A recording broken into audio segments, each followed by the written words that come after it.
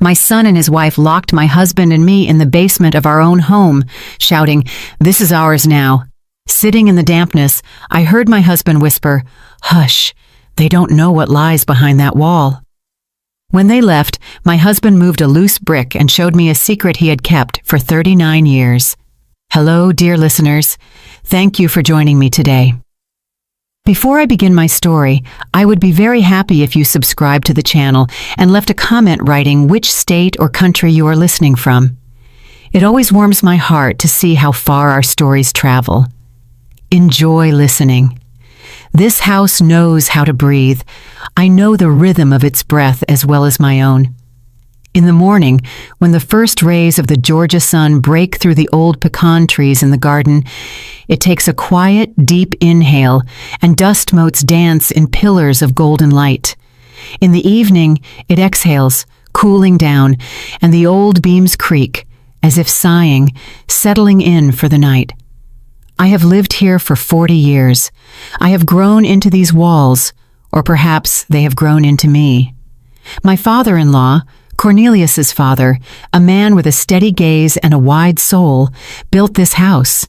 He built it not as a vacation home, but as a legacy, a place where his grandchildren and great-grandchildren would laugh, a place of strength.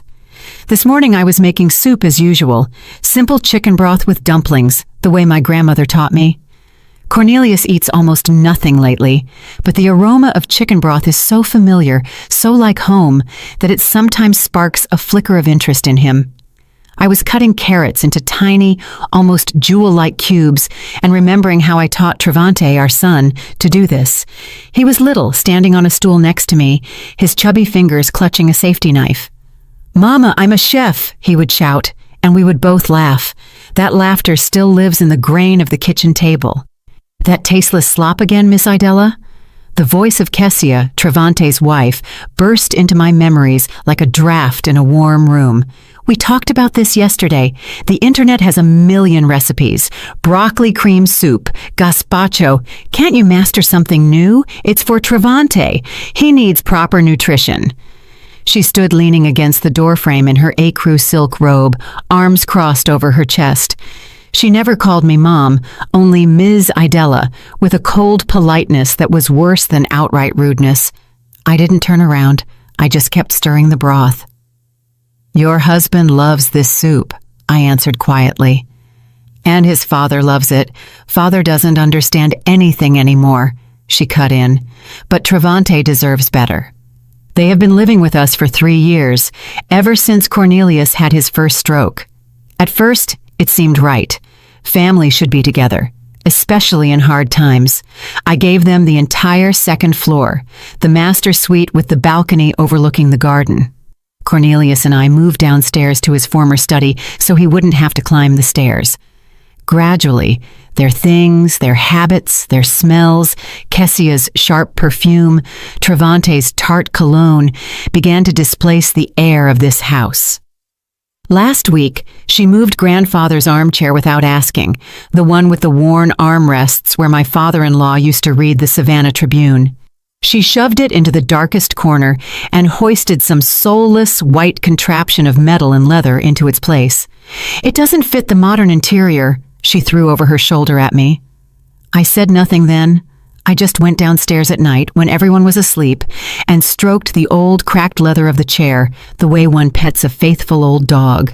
I remember how Travante used to fall asleep in it in his grandfather's arms, how I sat in it myself while pregnant, reading history books, dreaming of returning to my work at the archives when my son grew up a bit.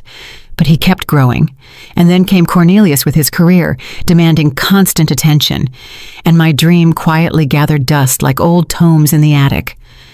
Cornelius lay in the study, staring at the ceiling.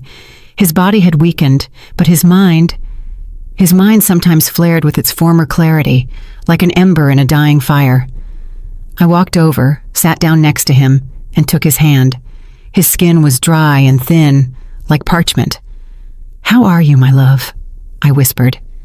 He slowly turned his head, his eyes focused on me. "They are noisy," he exhaled. Yes, they were always noisy. Their voices, their arguments about money, their loud laughter, All of it was alien to the quiet, grounded life of our home. Travante came down for lunch. He didn't say hello, sat at the table, and immediately stared at his phone. I placed a bowl of soup in front of him. He pushed it away. "Ma, we need to talk. Seriously."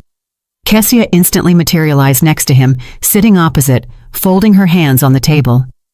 In her eyes was that predatory glint I had learned to recognize. It meant they were plotting something. "We've been thinking, with the inheritance and all these complications, bureaucracy," Travante began, not taking his eyes off the screen. "Father is in such a state. To avoid problems later, you should sign the house over to me now. A deed of gift. It's just a formality to simplify everything." My chest went cold, not from the words themselves, but from the casualness with which they were spoken, as if he were asking me to pass the salt. "No," I said. My voice didn't tremble. "This house belongs to your father and me. As long as we are alive, everything stays as it is." "So you don't want to simplify things?" Kessia leaned forward. "You want your only son to run around government offices later, gathering certificates when, well, you understand." "I understand everything," I replied, looking her straight in the eyes, "and that is exactly why the answer is no." Travante finally raised his head. There was no filial love in his gaze, only cold, angry irritation, as if I were not his mother, but an annoying obstacle in his path. "I don't understand what the problem is. We live here. We take care of Father." "You live in my house," I corrected him. "I take care of Father." At that moment, Cornelius appeared in the doorway of the living room. He stood leaning against the jamb, breathing heavily. He must have heard everything. His gaze was surprisingly clear. He looked not at me, but at Travante. "You..." His voice was weak, but every word rang in the ensuing silence. "You are a disgrace to our name. A disgrace." That word struck Travante like the crack of a whip. I saw his face contort. It wasn't just anger. It was the rage of a man touched in his sorest spot, his vanity, his right to bear the Dubois name, of which he was so proud. His whole life was built on that name. "What?" he screamed, jumping up so fast the chair fell with a crash. "A disgrace? Are you out of your mind? I am the only one continuing this name. This house, it is mine by right. It should have always been mine." He stepped toward his father. I jumped up, standing between them. "Travante, stop! No, enough! I am tired of this." His eyes were wild. "This is ours now." He grabbed me by the shoulder, not painfully, but with authority, and shoved me aside. Then he grabbed his father under the arm. Cornelius was as weak as a rag doll. Travante dragged us through the hallway to the heavy oak door leading to the basement. "Travante, what are you doing?" I screamed, resisting. "You'll have time to think about your behavior," he growled. He threw the door open, and the smell of dampness and cold earth hit our faces. He roughly shoved us inside onto the top step of the steep staircase. I barely held on to Cornelius to keep us from rolling down. The door slammed shut, plunging us into darkness. The heavy bolt clicked from the outside. We were left in complete silence. Only my ragged breathing and the weak, raspy breathing of my husband beside me. I sank onto the cold stone step, clutching Cornelius to me. The tears wouldn't come. Inside, everything had gone numb. Years of service, years of love. My whole life given to this boy, this house, this family. All of it ended here, in this dark, damp basement. I was broken, shattered into pieces. And in this deafening silence, in this absolute darkness of despair, I heard my husband's quiet, tense whisper. He pressed his lips right to my ear, his words barely audible. "Hush, they don't know what lies behind that wall." My husband's words pierced the gloom, and I froze, listening. Above our heads, Travante's heavy, quick footsteps rang out, followed by Kessia's lighter, pattering tread. The front door slammed so hard, a dull echo rolled through the basement. A moment of silence, and then came the sound of an engine starting, quickly moving away and fading. They were gone. We were left alone in the cold, ringing silence of our own home, locked in its stone belly. "Help me," Cornelius rasped. His voice was weak, but there was a steely persistence in it I didn't recognize. I helped him up. His body was trembling from weakness and cold. Slowly, step by step, we descended the chipped stairs to the dirt floor. It smelled of the stale vegetables we used to store, damp clay and oblivion. The only source of light was a thin strip breaking through from under the door upstairs. In this dim twilight, I could barely make out the shapes of old shelves covered in cobwebs and empty jars piled in the corner. Cornelius led me not to the shelves, but to the far wall, to the very masonry of the foundation. He leaned against the rough, damp stones, breathing heavily. "Here," he whispered. "Father showed me when I was 18, said it was for the most extreme case. I thought it would never come." He ran his shoulder along the wall, searching for something by touch in the gloom. Finally, he stopped. "Here, press. I don't have the strength." I touched the stone where he pointed. One of the rough granite blocks seemed no different from the others. But when I pressed harder, it gave way, sliding inward with a quiet scraping sound. Behind it, a black square void opened up. Inside this niche, something dark lay hidden. I reached my fingers in and felt cold, smooth metal. It was a small tin box, an old tobacco tin, the kind popular in my childhood. I pulled it out. It was light, almost weightless. We returned to the steps and sat side by side. Cornelius took the box from me. His fingers struggled with the simple latch for a long time. Finally, with a quiet click, the lid opened. I expected to see anything. Old photographs, maybe a few gold coins hidden by my father-in-law for a rainy day. But inside there was nothing shiny, only a few yellowed papers folded in four. Cornelius took out the top document and unfolded it.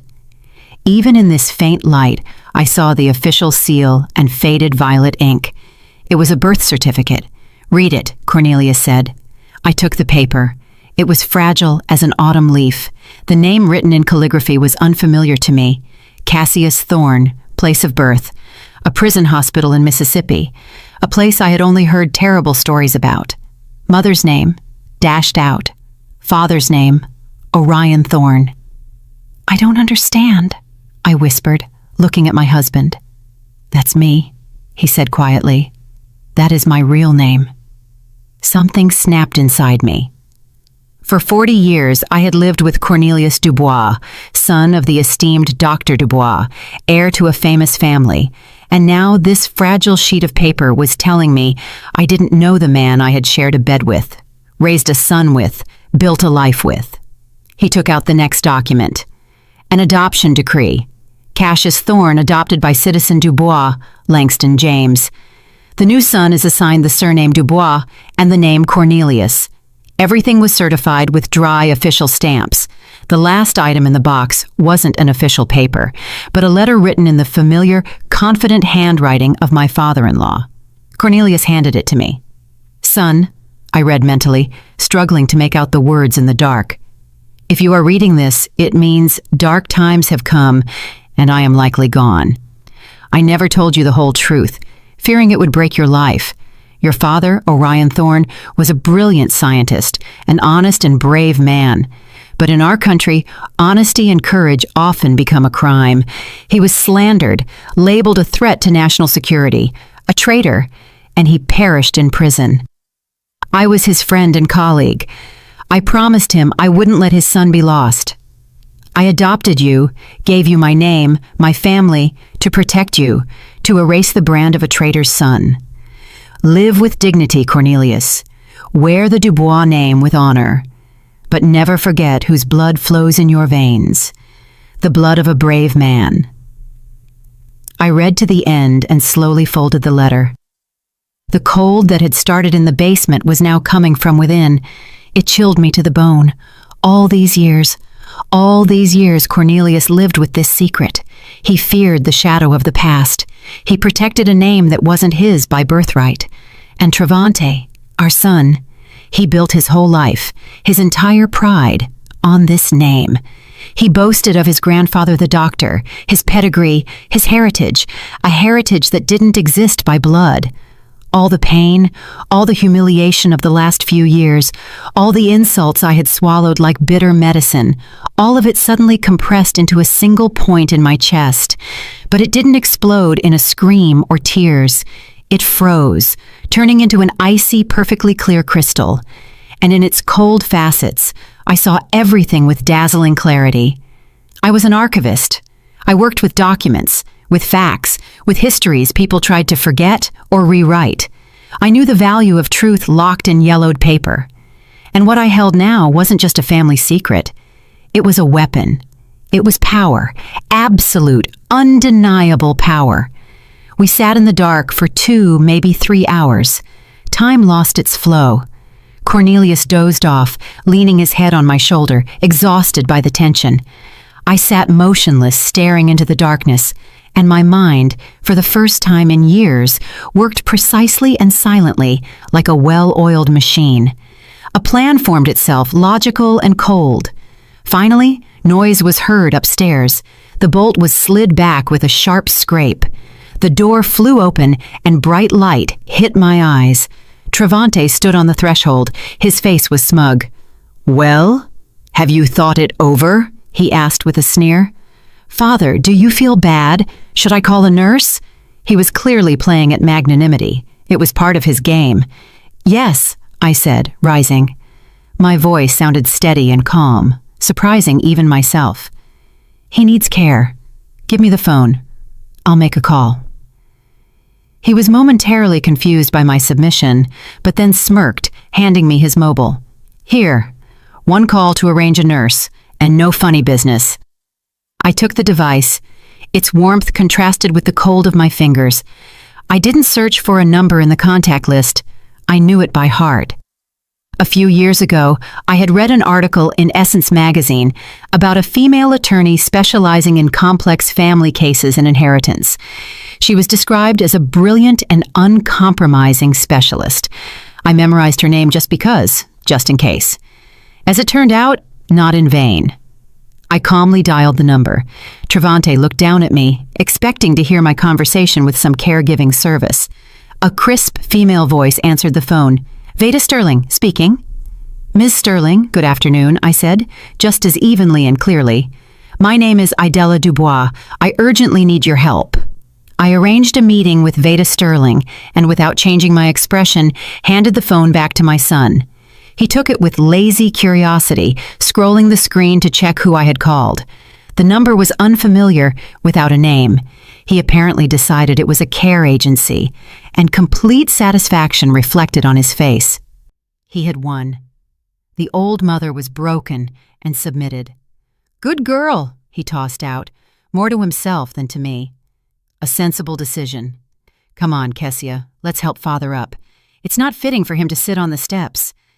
They helped Cornelius to his room with that exaggerated, showy care that hurts the eyes with its falseness. They tucked him into bed, adjusted the blanket.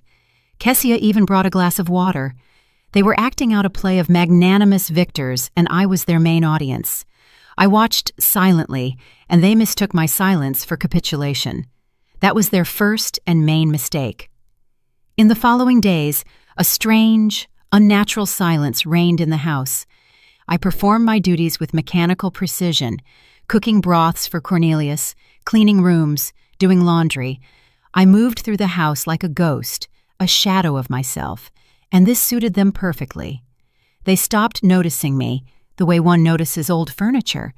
I became part of the interior, convenient and mute, and this gave me what I didn't have before, the opportunity to listen and see. They stopped hiding. They decided they could talk about everything in front of me. After all, a broken spirit is incapable of resistance. One morning at breakfast, while I was silently serving biscuits, Kessia, flipping through some glossy magazine, said to Travante, "Honey, I've been thinking. That wall between the living room and Father's study, it's not load-bearing. If we tear it down, we'll get a huge space, a studio. We can put a white marble bar counter right here." I froze for a moment with the skillet, the wall she wanted to demolish. My father-in-law's desk stood against that wall, where he wrote his last medical journals. Against that wall, Cornelius taught little Travante to write his first letters. There, on the wallpaper, if you looked closely, you could still make out a faint pencil mark. Our son's height at 5 years old. She spoke of it as if it were just an annoying hindrance on the way to a bar counter.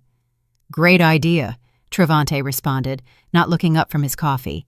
"The study will be free soon anyway, and the library? Well, the books can be sold for scrap or recycled. Who reads them nowadays? Recycled. Books my father-in-law collected all his life. Rare editions on Black history, leather-bound volumes with gold embossing, books signed by the great minds of the Harlem Renaissance. Recycled." I placed the plate of biscuits on the table. My movements were fluid. Not a muscle on my face twitched, but inside me, something cracked and broke off. The last shard of maternal illusion that there was still something left in my son of the boy who listened with delight as his grandfather read aloud to him. They saw my calmness and mistook it for apathy, for senile detachment. They didn't understand that this was the calmness of a surgeon studying the chart of a diseased organ with cold attention before picking up a scalpel. Every word, every gesture was for me a symptom of a disease, their disease, the name of which was greed and vanity. The apotheosis of their delusion came on Tuesday evening. They approached me as I sat by Cornelius's bed, reading old poems to him aloud. They entered with the same serious, concerned faces one wears when visiting the hopelessly ill. "Mom!" Travante began in a tone full of fake sympathy. "Kessia and I have discussed everything. We understand how hard it is for you. All these worries, the house, father. You've laid your whole life down for us. You deserve a rest." Kessia immediately chimed in, placing her manicured hand on my shoulder. The touch was light, but I felt the cold seep under my skin. "We found a wonderful place for you, Ms. Idella, a senior living community, not some nursing home. No, an elite establishment. Just outside Atlanta, pine forest, a pond, 4 meals a day, medical care 24/7. You'll have your own cozy room. You'll be able to walk, read, socialize with people your age. We'll visit you on weekends." They looked at me, expecting gratitude. They sincerely believed they were doing me a favor. They were offering me, the mistress of this house, a cozy room in exchange for my past, my life, everything that was dear to me.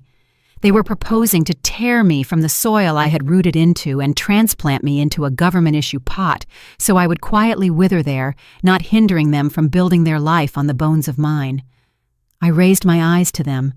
I looked at Travante, at his face so like my father's, and at the same time so alien. I searched in him for at least something, a shadow of doubt, a spark of shame, but found none. There was only confidence in his own righteousness and slight annoyance that he had to waste time on these sentiments. At that moment, the last drop of my maternal love died. It didn't evaporate in anger, didn't drown in tears. It simply ceased to be. As if a spring snapped in an old clock and the pendulum, swinging for 40 years, stopped forever. I looked at this man and saw before me not a son, but a stranger, a calculating, cruel stranger with my eyes. And this realization brought not pain, but a strange, cold liberation. I owed him nothing anymore, neither love nor forgiveness nor pity. "That is a very generous offer," I said quietly. My voice sounded hollow but steady. "I need to think." Of course, think about it," Travante rejoiced, clearly pleased the scene had passed without tears or reproaches. "We just want what's best for you." They left, leaving behind a trail of expensive perfume and absolute confidence in their victory. I remained sitting in the silence, broken only by the breathing of sleeping Cornelius. I looked at our photos on the dresser. Here we were young, at our wedding. Here we were with little Travante on the beach at Tybee Island. A whole life captured in these frames. A life built on love, sacrifice, and, as it turned out now, on lies. But even that lie was nobler than the ugly truth my son and his wife revealed to me today. I no longer felt like a victim. The feeling of resentment evaporated, leaving behind a void and a cold, ringing determination. They themselves erased everything that bound me to them. They freed me from the shackles of maternal duty. They underestimated me. They saw before them a weak old woman. They didn't know that quiet archives store documents capable of changing the course of history, and that a quiet woman who worked with those archives all her life knows how to use them. Tomorrow I have a meeting with Veda Sterling, and I will come to it not with a request for help, but with a ready battle plan. The next day I told Travante I needed to go into town, to the pharmacy for a rare medicine for father that wasn't available at our local one. He gave me money for a taxi with an air of performing an act of the greatest charity. Kessia even helped me put on my coat, straightened my collar, like one does with a child. "Don't be long, Ms. Idella. Lunch needs to be ready." I nodded and left the house, feeling their condescending gazes on my back. They were watching an obedient old woman heading out to run errands. They didn't know I was going to war. Veda Sterling's office was located in a modern building in downtown Savannah with high ceilings and quiet corridors. She herself turned out to be a woman of about 40, with a sharp, piercing gaze and a complete absence of fussiness. She didn't gasp, didn't offer sympathy. She listened. I spoke evenly, without emotion, laying out the facts, the humiliation, the demands, the deed of gift, the basement. When I finished, she was silent for a few seconds, looking at me. "Do you have any documents confirming your rights to the house?" she asked finally. Her voice was calm, but steel could be felt in it. "I have something more important," I answered, and took the tin box from my bag. I laid its contents on the polished table. The birth certificate in the name of Cassius Thorne, the adoption document, my father-in-law's letter. Veda put on her glasses and began to study the papers. She read slowly, attentively, as if absorbing every word.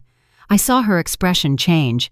Professional interest was replaced by surprise, and then by the concentration of a strategist who has been dealt a winning trump card. She raised her eyes to me. There was no longer simple concern in them. There was excitement. "Mrs. Dubois, this changes everything. Absolutely everything. The Dubois name isn't just a surname. In certain circles, it is capital. Your son built his career, his connections, his entire status on this name. If it turns out he has no blood right to it—" "I understand that," I interrupted her. "I want my house and my peace back." "You will get much more," she said, and notes rang in her voice that stirred me. "You will get justice, but I need time. I need to check some details. The name, Orion Thorne. It vaguely reminds me of something. Let me work with this." I went home, leaving the documents with her, and plunged back into the gray, silent routine. Travante and Kessia, seeing I no longer raised the topic of the nursing home, decided I had resigned myself and was simply awaiting my fate. They already behaved like full owners. Kessia ordered furniture catalogs.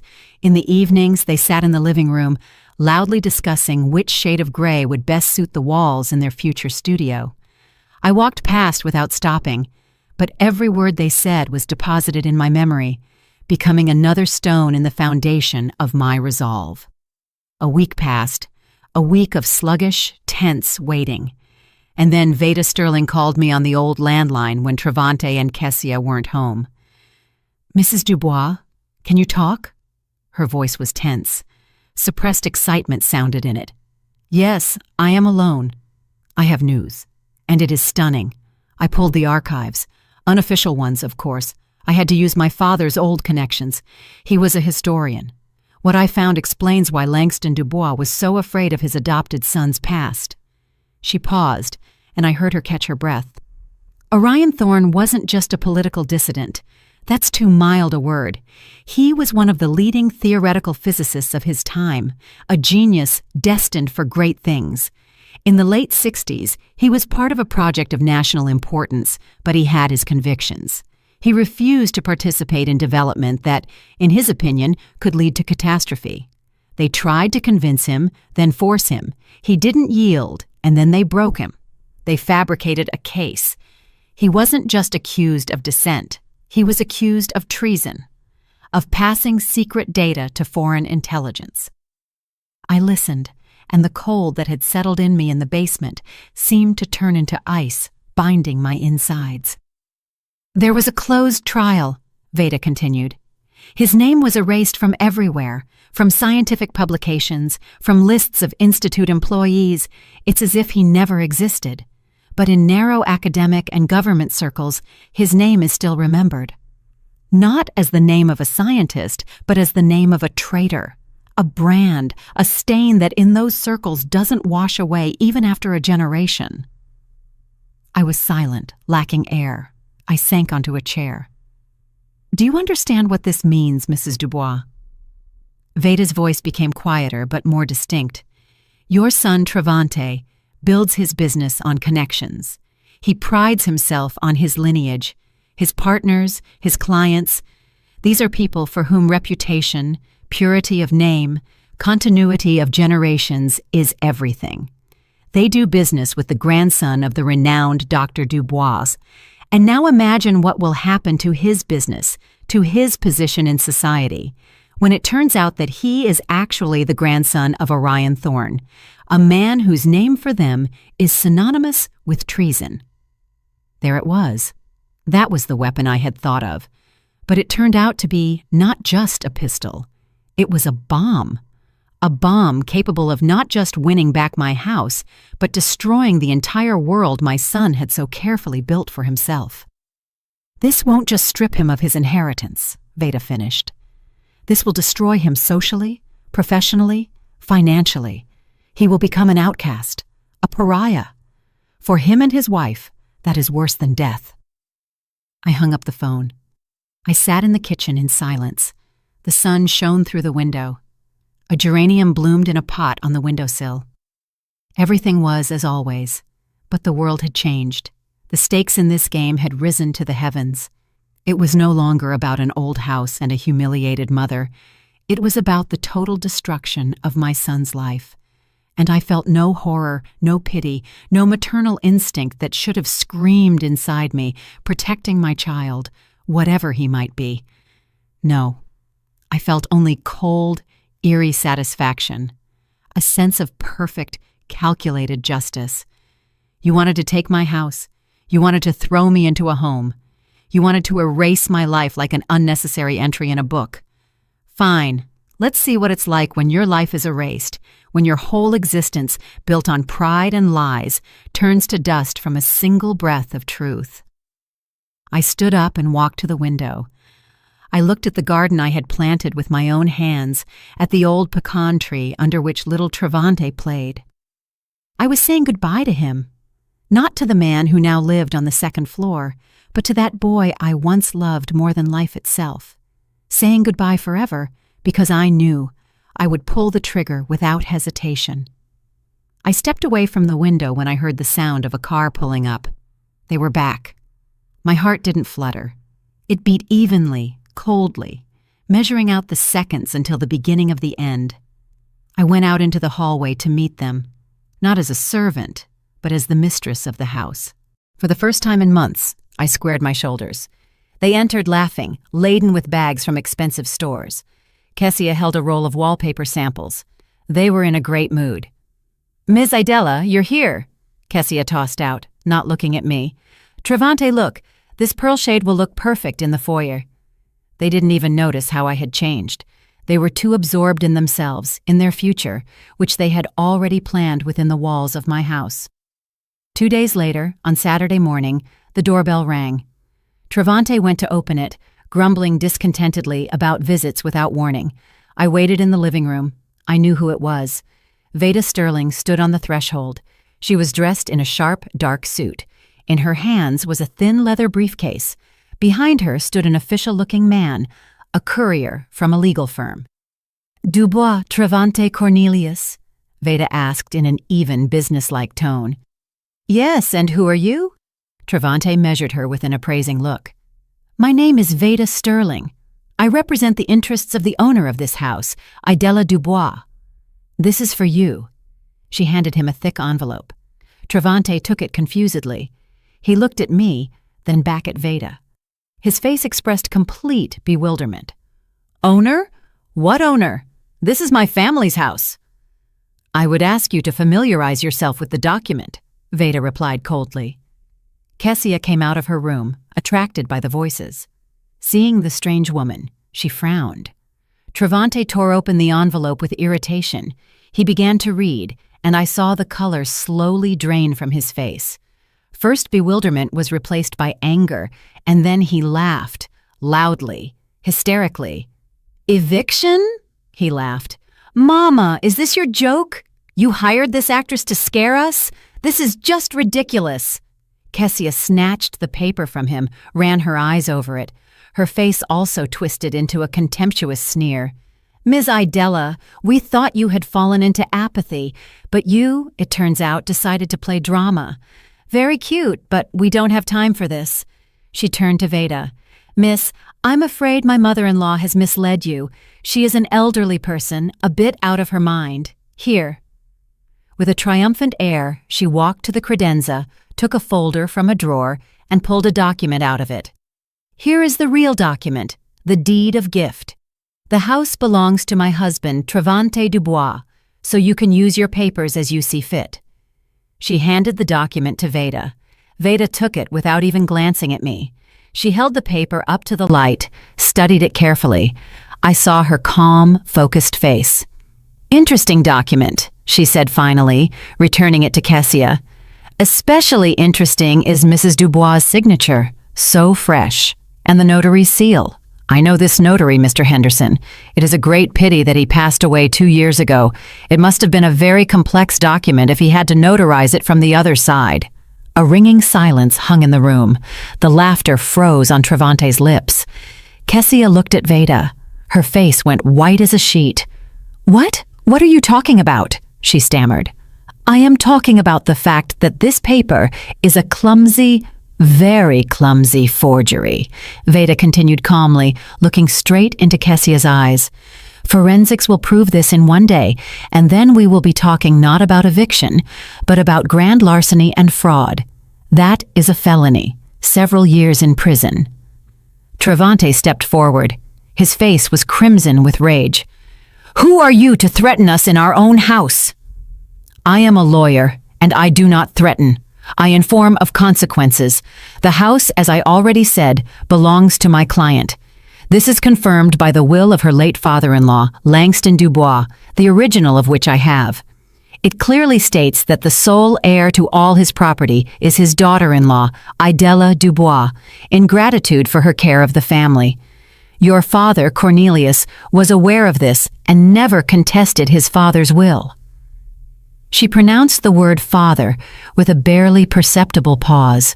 It was the first prick. Travante and Kessia exchanged glances. In their eyes, for the first time, I saw not anger, not contempt, but fear, real animal fear of a beast cornered. They realized this wasn't senile dementia. This wasn't the impulsive act of an offended woman. This was a well-planned attack. We will contest it, Travante shouted. We will prove she is incompetent, that you tricked her. I am the only Dubois, the direct heir. I have a right to this house. Veda Sterling nodded slowly, as if she expected exactly these words. She took a step forward. Her voice became quieter, almost confidential, but all the more ominous for it. You can certainly try. Court proceedings, contesting the will. But keep in mind, Mr. Dubois, to contest Langston Dubois's will, you will first have to prove to the court that you have a legal right to it, that you, as you put it, are a direct heir, and for that, she paused again, letting every word soak into the air. It will require a full and public clarification of the Dubois family genealogy, with all necessary genealogical examinations and the unearthing of archival documents to establish, so to speak, the purity of the family line. She fell silent, and in that silence I heard my own heart beating loudly. She didn't say anything directly. She didn't mention the name Thorne. She didn't speak of treason. She just threw that phrase onto the table, full and public clarification of genealogy, and that phrase exploded in the room like a silent bomb. Kessia swayed and grabbed the back of a chair. Her face expressed horror and complete lack of understanding. But Travante understood everything. He didn't know the details. He didn't know the whole truth. But he heard in Veda's words a threat aimed at the very heart of his world, at the foundation of his identity. He paled so much his lips turned blue. They looked at me, at the quiet, gray-haired woman who had stood silently by the fireplace all this time. And in their eyes, I finally saw what I had been waiting for. Not just fear, but realization. Realization that the old woman they had written off, whom they had locked in the basement, whom they were going to ship off to finish her days in a home, held the threads of their fates in her hands, and she was ready to cut them. Veda Sterling nodded to me, turned, and walked out. The courier followed her. The door closed with a quiet click that sounded like a gunshot in the deafening silence. We were left, the three of us, me, my son, and his wife. The air in the room thickened, became heavy. It was hard to inhale. Travante was the first to recover. His initial shock was replaced by rage, dark, animalistic, sweeping away everything in its path. "What was that?" he screamed, turning to me. His face contorted, became alien, vicious. "What have you done? You decided to destroy your own family? You conspired with that shark to throw us onto the street?" He advanced on me, and for a moment I saw in his eyes the same madness as on that day he pushed us into the basement. But there was no fear in me. I stood motionless, looking him in the eyes. "You don't understand what you've gotten yourself into," Kessia chimed in. Her voice was breaking into a squeal. She paced the room like a bird in a cage. "Genealogy? What genealogy? What did she mean? Have you been hiding something from us? Some shameful secrets?"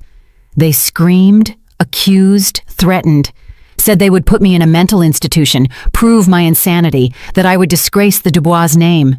They threw words like stones, trying to breach my silence, to force me to be afraid, to retreat.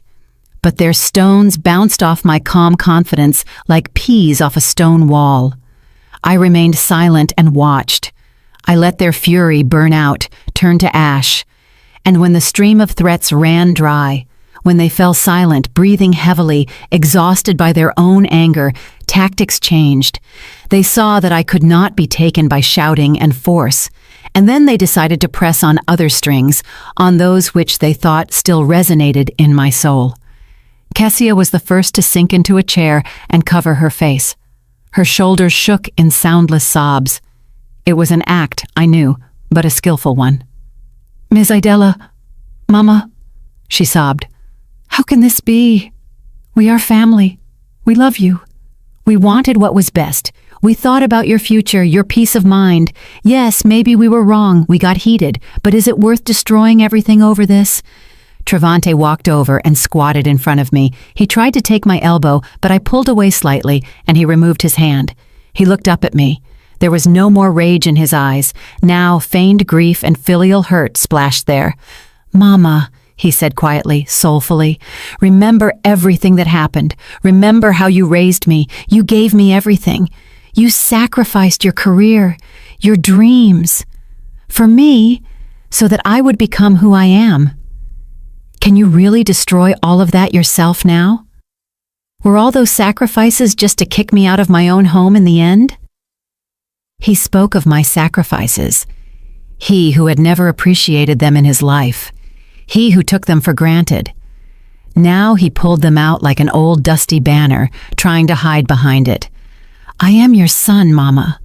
His voice trembled, and this time it seemed almost sincere. "Fear is a good actor. Your only blood, your continuation. Everything I do for the future of our family, our name, so that the Dubois name sounds even louder. That is your honor too, father's honor, grandfather's honor." He spoke, and I looked at him. And for the first time in all this time, I felt something other than cold anger and determination. It was pity, deep, piercing, almost unbearable pity, not for my son, but for this man sitting at my feet, for a man whose life turned out to be a house of cards built on the sand of someone else's surname. He clung so desperately to this name, to this myth, because he had nothing else. Without the Dubois name, he was a nobody. He waited for an answer. He waited for tears, reproaches, maybe even forgiveness. He waited for the maternal heart to falter. But it was silent. It had turned to stone that day in the basement. I sighed slowly, and when I spoke, my voice sounded in the silence of the room so calm and distinct that they both flinched. "The house is the least of your problems, Travante." He looked at me uncomprehendingly. "You have lived your whole life," I continued, looking him straight in the eyes, never looking away, "appropriating a legacy that was never yours. The respect you demanded, the name on which you built your life, your business, your pride, all of it is a ghost." I fell silent. I didn't explain anything. I didn't name Thorne. I didn't tell the story of his real grandfather. I just left that phrase hanging in the air between us. A ghost. I saw his brain working, how he frantically tried to understand what I meant. I saw fear begin to take shape in his eyes, the shape of something unknown, but monstrous. "What? What are you saying?" he whispered. "What legacy? What name? I am a Dubois. My father is Cornelius Dubois. My grandfather is Langston Dubois." "Your grandfather Langston Dubois was a great man," I said quietly, "and very noble. He gave your father his name to save him. And you turned that name into a commodity, a shield for your vanity, and you disgraced it. Father was right." I let him figure out the rest himself. I knew my son's imagination.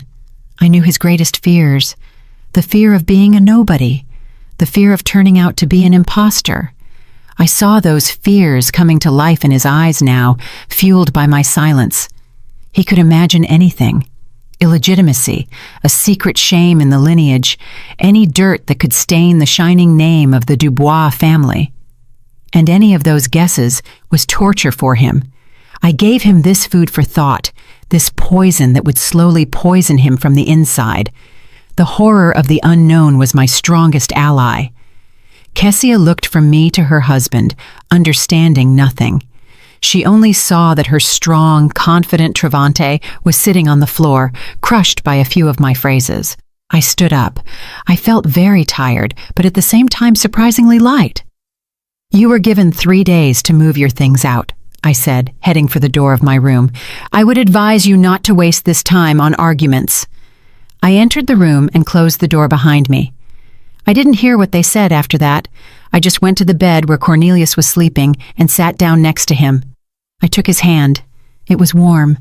I looked at his peaceful face and thought about what a heavy burden he had carried all his life, and what a terrible price our son paid, because that burden was never lifted in time. 3 days passed in a thick, tense silence. They didn't move out. I saw them whispering for hours, locked in their bedroom. Their phones didn't stop ringing. I knew they wouldn't give up. They were preparing their last desperate move, and I was ready for it. On the evening of the 3rd day, Travante entered my room. He was dressed in an expensive suit. His face was pale but determined. A kind of feverish, unnatural confidence had appeared in him. "Tomorrow at 11 a.m. at our townhouse," he said in a clipped voice. "Family council. Everyone will be there. Uncle Peter, Aunt Vera, my main business partners. You must be there, and bring your lawyer too. Let's see who wins." He turned and left without waiting for an answer. It was a challenge, their final gambit. They decided to move the battlefield to their territory, surround themselves with allies, and crush me with public opinion. They were going to stage a show trial where I would be the accused, out of my mind. A vengeful old woman who had fallen under the influence of a predatory lawyer. They wanted to declare me incompetent and thus take control of both me and the house. It was a smart move. But they underestimated me again. The next day, precisely at 11 o'clock, Veda Sterling and I entered the living room of their city apartment. It was a huge, faceless space furnished with expensive but cold furniture. And it was full of people. Our relatives were here, whom I hadn't seen for several years. Cornelius's cousin Peter, an important city official, his wife Vera, draped in pearls. There were also people unfamiliar to me with hard business faces, obviously those very partners whose opinion Travante valued so much. Travante and Kessia stood in the center as masters of the situation. Kessia was pouring water into glasses, portraying the gracious hostess. Travante carried himself with that emphasized solidity that was supposed to inspire trust. When we entered, all conversation ceased, all eyes turned to me. I felt their curiosity, judgment, pity. To them, I was the cause of an awkward family drama. Veda and I sat on the offered chairs a little to the side. I was silent. My heart beat evenly. I felt no fear. I felt at home, in my archive. Before laying out old documents on the table to restore the truth, Travante began to speak. His voice was full of sorrow and nobility. He spoke of how he loves and respects his mother, how hard it is for him to see her condition. He hinted at clouded reason, at senile touchiness, at how easily elderly people are manipulated. He never called Veda by name once. He spoke only of this woman, an unscrupulous lawyer who wormed her way into the trust of a sick person for profit. He told how he and Kessia took care of father and mother, how they wanted to ensure a quiet, secure old age for them in the best facility. His speech was calibrated. Every word hit the mark. He painted a picture in which he was a loving, suffering son, and I was a deluded, ungrateful mother. He spoke for a long time. Relatives nodded sympathetically. Partners watched with understanding. I saw the scales tipping in his favor. He had almost won. When he finished, a heavy silence hung in the room. Travante looked at me with poorly concealed triumph. "That is essentially everything," he said, spreading his hands. "We only want to protect Mom from herself and from outside influence. We are talking about conservatorship, otherwise she will do foolish things, deprive herself and father of a roof over their heads." Then Veda stood up. She didn't argue or make excuses. She calmly walked to the table in the center of the room. "Everything Mr. Dubois said is very touching," she began in an even voice. "But let's move from emotions to facts. Facts are stubborn things. Mr. Dubois claims he is acting in his mother's interests, fearing she will lose the house. But here's a document." She took a copy of the forged deed from her briefcase and placed it on the table. The document which Mr. Dubois and his wife presented as the basis of their rights to the house. A document according to which Mrs. Dubois has already lost her home. She paused. "And here," she placed another sheet next to it, "is the conclusion of a handwriting analysis confirming the signature is forged, and a certificate from the archives of the notary chamber stating that the notary who allegedly certified this paper died 2 years before it was signed." A murmur ran through the room. Uncle Peter frowned, took off his glasses. Travante's partners exchanged glances. The picture of the loving son began to crack. "These are all insinuations," Travante shouted, but there was no longer confidence in his voice. "These are documents," Veda cut him off. "And now, with your permission, my client will speak. She does not need conservatorship. She needs to be heard." All eyes turned to me again. I slowly rose. I didn't look at Travante. I looked at the faces of the people in this room. "Good afternoon," I said. My voice didn't tremble. It was the voice of an archivist accustomed to speaking about facts. My son spoke of the legacy of the Dubois family, of honor. I dedicated my entire life to serving this family and preserving its history.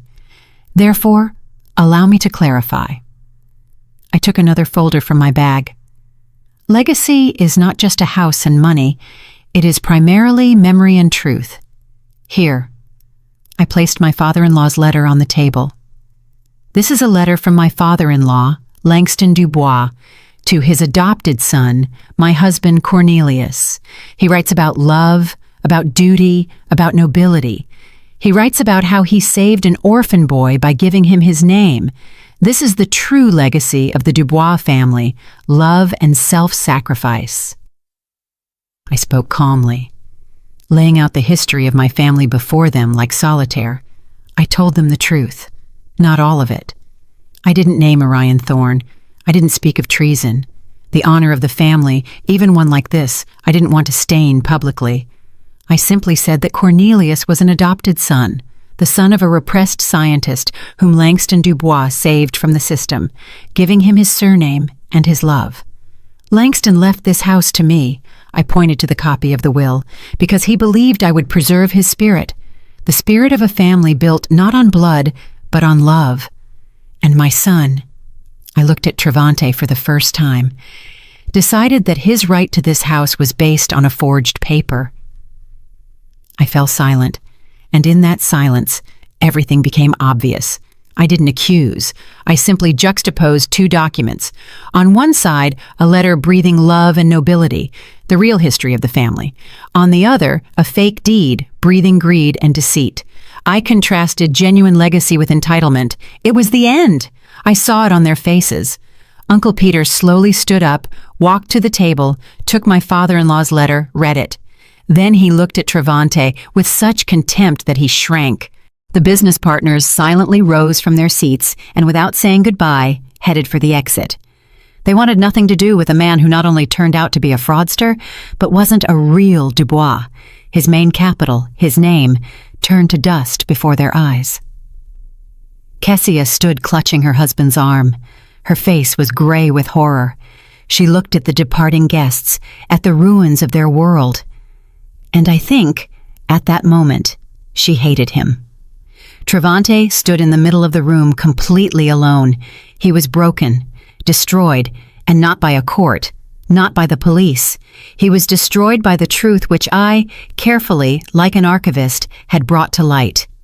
His final gambit turned into a public execution he had arranged for himself. He was exposed as a cruel, greedy impostor before everyone whose opinion was dearer to him than life. He was completely and finally broken. I turned, and looking at no one else, walked out of the room. Veda followed me. We silently went down to the street where the cool spring air waited for us. It had never seemed so fresh and clean to me. We didn't say a word to each other. Everything had already been said. 6 months have passed. Autumn has come into its own, painting the garden in gold and crimson. The house has become very quiet. This silence no longer depresses me. It was healing, like a cool compress on a wound. It was filled with light penetrating the washed windows, the smell of pecans, and the quiet ticking of the old clock in the living room. Cornelius passed away at the end of summer, quietly, in his sleep, in his bed. His exhausted heart simply stopped. I held his hand until the very end. We didn't talk about Travante. We didn't talk about the past.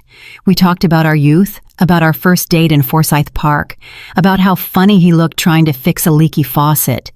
We said goodbye, and when he left, I mourned him. Not the husband bearing someone else's name, but my Cornelius, the only man I loved. I buried him next to his adopted father, Langston Dubois. Two noble men, whose stories turned out to be so closely intertwined, now lay side by side. Travante was not at the funeral. He and Kessia disappeared. They moved out of the city apartment, selling it to pay off debts I hadn't even suspected. Their world, built on the prestige of the Dubois name, collapsed in a single day. Partners turned away. Friends stopped answering calls. The society in which they so wanted to shine expelled them. I heard from distant relatives that they moved to some small provincial town in Alabama, where Kessia found a job as a receptionist in a beauty salon. Nothing was heard of Travante. He didn't call, didn't write. For me, he simply ceased to exist, like the ghost I once spoke of. I felt neither gloating nor hatred, only emptiness in the place where maternal love used to be. Today I went down to the basement, but it was no longer the dark, damp crypt where my rebirth once began. I hired workers. They cleaned it out, whitewashed the walls, installed bright lighting. Along the walls now stood not dusty shelves with jars, but new pine ones, smelling of resin. In the center, a large, sturdy work table, my table. This basement, once my prison, became my sanctuary, my personal archive, the place where I finally returned to myself. I slowly laid out old photographs, letters, documents on the table. All my life I had been the keeper of other